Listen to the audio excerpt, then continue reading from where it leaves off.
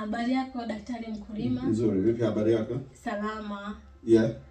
Ndugu mtazamaji, kwa majina naitwa Doc Naturals. Leo tuna daktari mkulima. Daktari mkulima, kuna shida moja sasa hivi mtaani yani kama imeathiri kwa sehemu kubwa. Kuna ugonjwa unaitwa bawasiri. Hivi nini maana kwanza ya ugonjwa, lakini pia huu ugonjwa unasababishwa na labda kurithi au mtu ni kama ugonjwa tu, mtu ni bakteria labda infection, au ni mtindo wa maisha, watu wamebadilisha lifestyle, ama unaambukizwa? Okay. Ndio sinataka kuuliza kama hivyo. Kwa bawasiri ama Kiingereza chake huitwa hemorrhoids, au kule Usukumani ama kanda ya ziwa huitwa kama mang'ondi. Ni kama alivyouliza Dr. Naturals, ni nini hasa? Hizi ni kwa fupi ni nyama zinazotokea njia ya haja kubwa ambazo wakati mwingine huambatana na maumivu. Kama nilivyosema Dr. Naturals, hapa mimi naitwa daktari mkulima ama Dr. Noor Ibrahim kutoka Aje Farms mashamba yanayotembea kushirikiana na Dr. Naturals, na tunakuletea kipindi maalum kuhusiana na ugonjwa wa bawasiri ambao umewatesa watu wengi sana. Wakati mimi nifanya kazi hospitalini kati ya mwaka 2012 mpaka 2017 nimepata kuona wagonjwa wengi sana, yaani wagonjwa wengi kweli.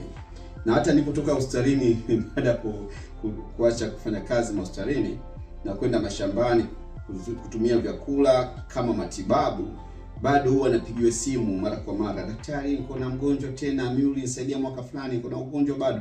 Lakini mimi nadhani hapa majibu yangu yanaweza kusaidia wale watu ambao wamekuwa wakisumbuliwa na ugonjwa wa bawasiri kwa kutumia njia za asili. Kama ndio mara ya kwanza pengine unatazama video kutoka Aje Farms mashamba yanayotembea kwa kushirikiana na Dr. Naturals, hakikisha una subscribe na like na kushare video hii, kwa sababu ukifanya hivyo wakati ujao tukileta vipindi hivi kutoka Dr. Naturals na Aje Farms, utakuwa wa kwanza kuona taarifa kwamba tumeleta vipindi maalum ambavyo vinakusaidia wewe kujitibu pale pale nyumbani kwako kwa kutumia miti, dawa na vyakula.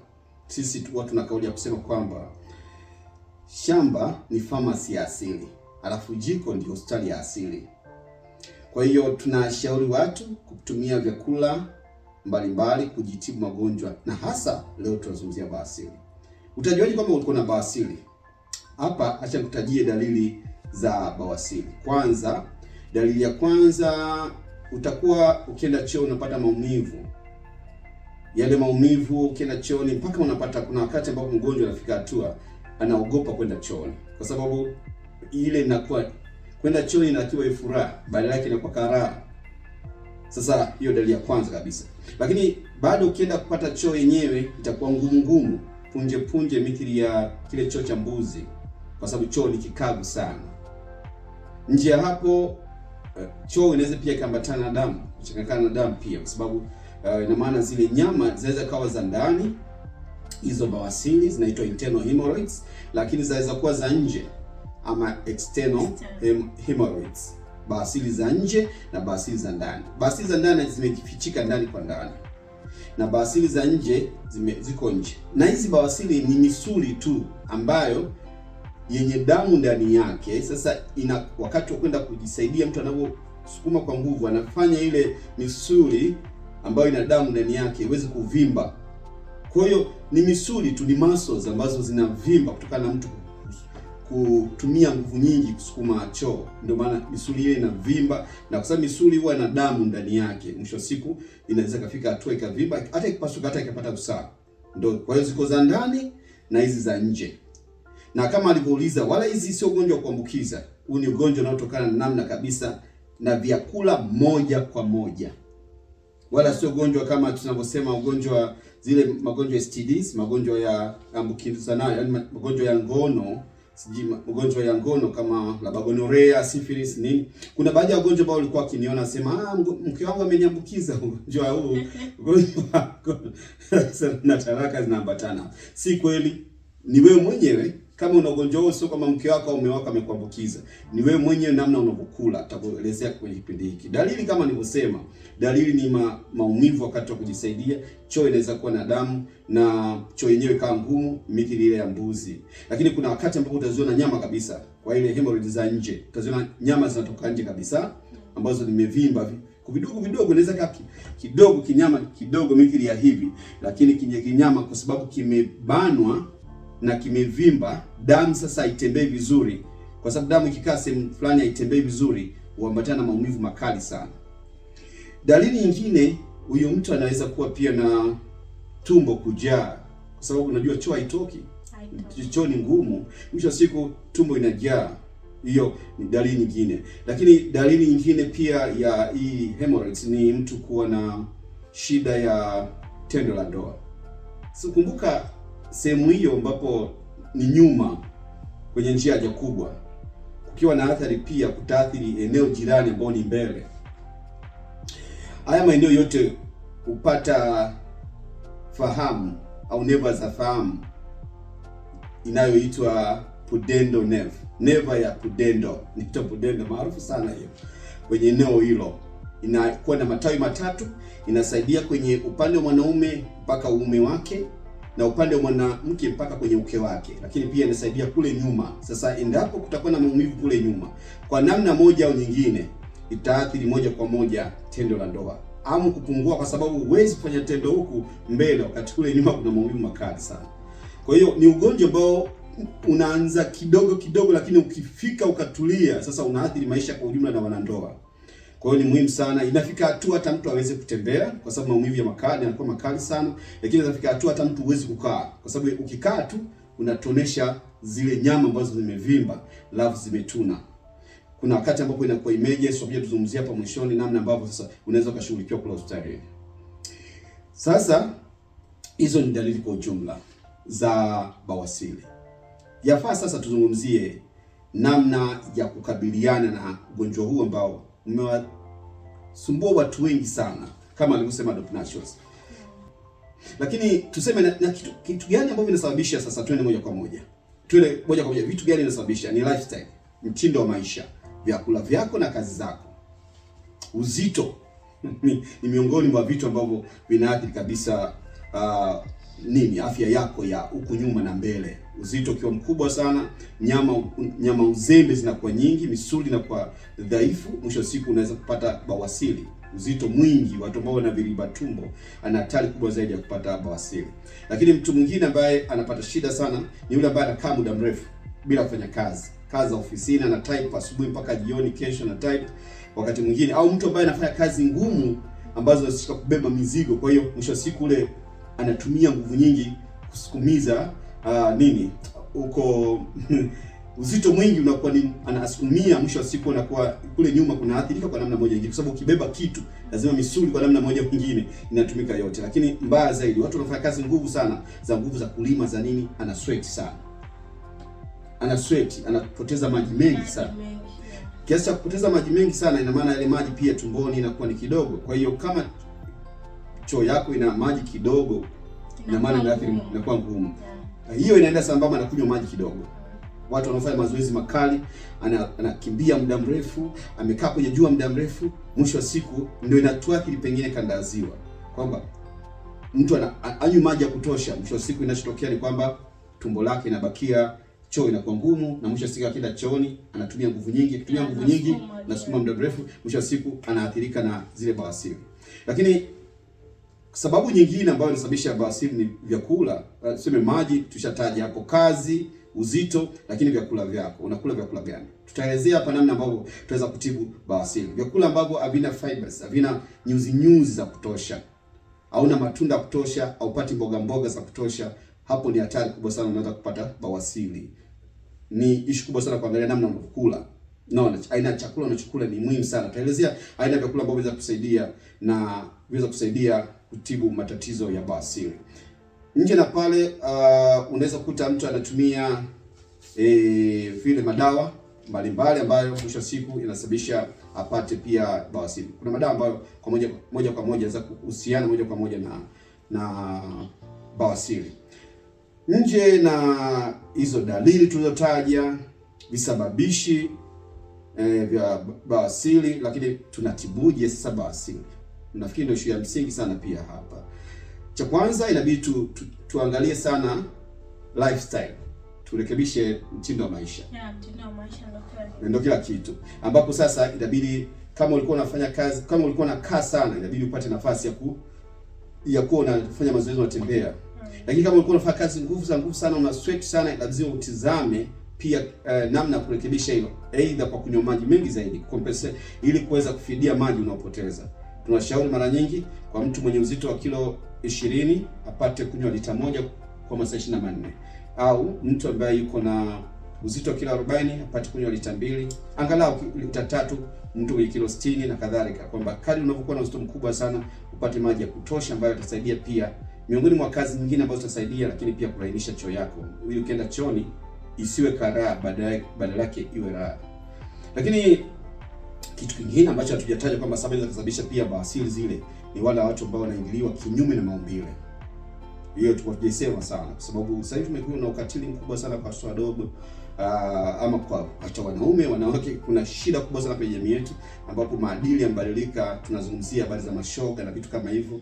Kwa hiyo pia inaweza kusababisha pia hizo bawasiri. Ni muhimu sana kuzingatia hilo na kuweza kulidhibiti tatizo hilo. Na kingine tunaweza kufanya ni nini? Vyakula. Kama tunazungumzia hapa na Doc Naturals kwamba kuna vyakula kama matumizi ya bamia. Hii bamia iko na mucilage ambayo ni soluble fibers. Hizi ni nyuzi ambazo zinayeyuka kwenye maji ambazo zitakusaidia sana kuweza kurejesha hali ya ulaini wa chakula, ulaini wa choo. Tulizungumzia au maji ya bamia ambao unaweza ukaloweka afu kwa unakunywa. Katika kipindi kilichopita tulizungumzia sana kuhusiana na hii matumizi ya bamia. Kama hujatazama hii kipindi hiki, hakika unaweza kufuatilia katika channel hii na kuweza kuona kipindi hiko, na ukicomment chini ya video hii kama hujaelewa vizuri, tutaweza kuelekeza vizuri pia namna kutumia maji ya bamia ama bamia yenyewe kusaidia matatizo haya. Kuna matumizi ya nyantole muhimu sana kwa ajili ya hizo fibers pia, lakini kuna matumizi ya ndizi ambazo tunajua ni muhimu sana kwa ajili ya zile fibers ambazo ni nyuzi hizo. Lakini nyuzi ndani yake kuna potassium. Potassium ni muhimu sana katika kutembea kwa chakula tumboni. Utumbo ambao umelala au tembezi chakula mara nyingi ndio utaleta matatizo. Lakini potassium ndani ya banana, ndizi, husababisha utumbo uwe na nyumbulika na kusababisha choo iweze kutembea. Lakini muhimu sana leo tumezungumzia pia parachichi. Ina mambo mengi sana, miujiza mingi, ina nyuzi ndani yake, lakini ina magnesium ambayo ni chill pill. Inasaidia muscles relax, kwa sababu inabidi upate choo, lazima muscles ziwe zimerelax. Misuli iweze kuachia, kurelax. Na ndani yake pia kuna potassium, kuna vitu vingi ambavyo vitasaidia choo yako iwe laini zaidi. Kwa hiyo kuna vyakula vingi ambavyo mboga tunashauri sana mtu kuweza kutumia hizo mboga na itamsaidia sana mtu kwenda katika hali nzuri zaidi.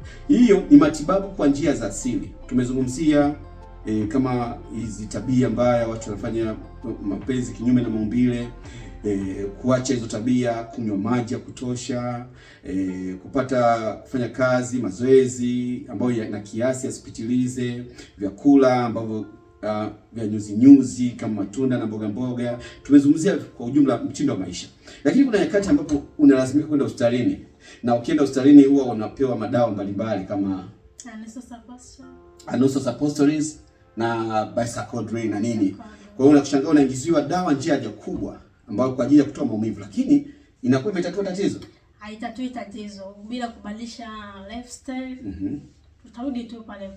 Okay, kwa hiyo unajikuta umetumia kavana hizo bisacodyl, lakini umepoza maumivu, lakini shida hujatatua. Shida ni choo ngumu. Shida ni choo kushindwa kutembea vizuri katika utumbo mpana.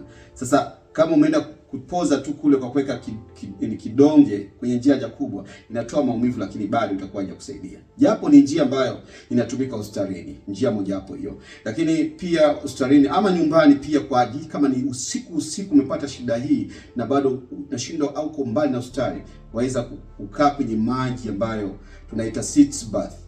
Yale maji utakaa kwenye maji, unaweka vuguvugu na achemsha, na na vuguvugu unaweza ukachanganya kidogo deto kwa mbali kidogo sana, kwa sababu kika deto nyingi na kuumiza, na ukaweza kukaa. Deto itasaidia vitu vingi, ni pamoja na control infection, kwa sababu zile nyama zikaa muda mrefu vile zimevimba, zinaweza ikafika hatua ikaingia usaha, na ikiingia usaha mtu anaweza kupata hata septicemia. Akipata mchafuko wa damu ya bakteria, ukapata shida, homa inakuja toka huko chini, ukapata mpaka unaugua, unaweza kupoteza hata maisha kama hujawa makini. Kwa njia ya dharura, maumivu yamekuwa makali usiku na huwezi kufikia hospitalini haraka nje kwamba utaweza kukaa. Hii ni njia asili. Chukua maji kwenye beseni ambayo imechemka, alafu iko vuguvugu, ukaweka deto kidogo, sabuni ya deto, alafu ukakaa kwenye yale maji. Lakini bado tunaweza kutumia karafuu, mafuta ya karafuu kidogo, kaweka kwenye maji ya vuguvugu yale, ukaweza kalia. Badala ya kutumia hizo karafuu, ina mambo mengi nje ya antibacterial, lakini unaweza kusaidia vitu vingi sana. Kukaa kwenye maji kama dakika 10-15, unaweza kupata nafuu ile mishipa na ile misuli. Baada ya kuwa imekakamai na umia sana, inaweza ikaachia na ukaweza kupata kwenda hospitalini. Na ukienda hospitalini, huenda pengine wakakusaidia kufanya upasuaji.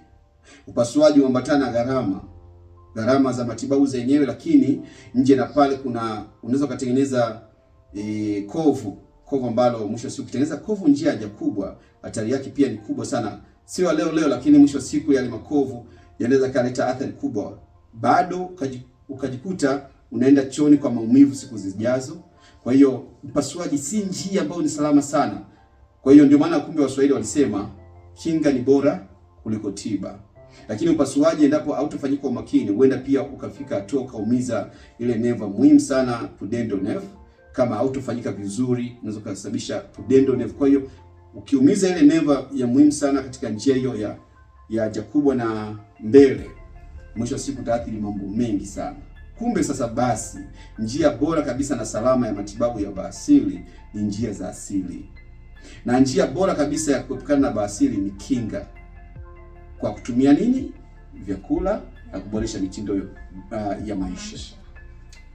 Nadhani kwa hapa tunaweza kusema kwamba tumefika tamati ya mwisho wa kipindi hiki chetu cha matibabu ya ugonjwa wa bawasiri, dalili zake na matibabu yake na visababishi vyake. Mambo matatu. Uko na swali lolote kuhusiana na bawasiri, tafadhali tuulize chini ya comment. Lakini pia uzuri, tumeanzisha huduma ya mafunzo na matibabu kwa njia ya mtandao, ushauri kwa njia ya mtandao kupitia grupu yetu ya WhatsApp, ambapo grupu ya WhatsApp ya Dope Naturals utapata kujiunga katika grupu hiyo.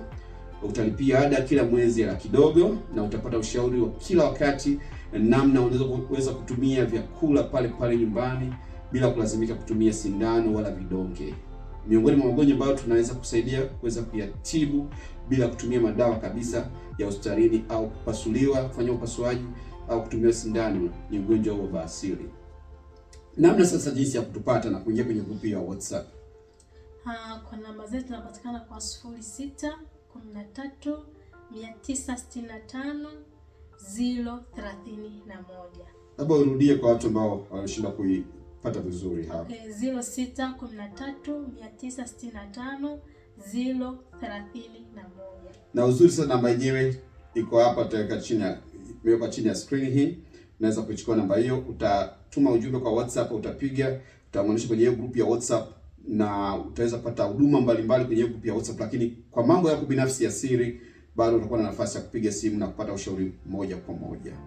Aje Farms tunapenda, Dope Naturals tunapenda, na imekuwa wakati mwema sana. Tutakie wakati mwema. Bye.